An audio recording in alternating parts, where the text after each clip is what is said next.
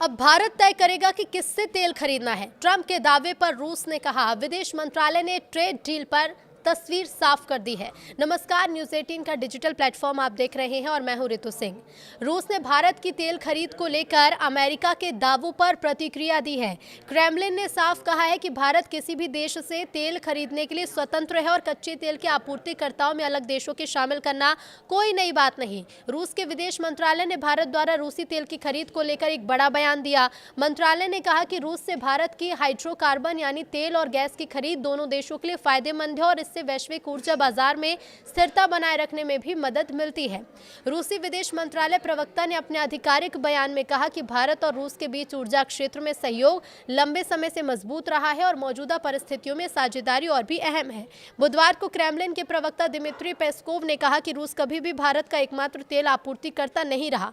उन्होंने कहा कि भारत हमेशा से दूसरे देशों से भी तेल और पेट्रोलियम उत्पाद खरीदता रहा है, इसलिए हमें इसमें कुछ नया नहीं दिखता।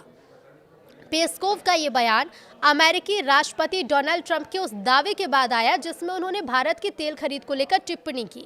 अब तेल खरीद के मुद्दे पर रूस का क्या कहना है, तो देखिए, रूस ने स्पष्ट कर दिया है कि भारत अपनी ऊर्जा जरूरतों को ध्यान में रखते हुए अलग अलग देशों से तेल खरीदता रहा है और ये उसकी स्वतंत्र नीति का हिस्सा है। क्रेमलिन के मुताबिक भारत लंबे समय से वैश्विक ऊर्जा बाजार में कई देशों के साथ व्यापार करता आया है और रूस इसे सामान्य प्रक्रिया के तौर पर ही देखता है।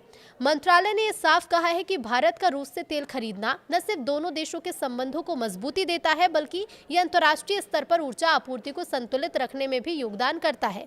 क्रेमलिन की ओर से जारी बयान में कहा गया है कि हम आश्वस्त करते हैं कि रूस से भारत की हाइड्रोकार्बन की खरीद दोनों देशों के लिए लाभकारी है और ये वैश्विक ऊर्जा बाजार में स्थिरता बनाए रखने में योगदान देती है।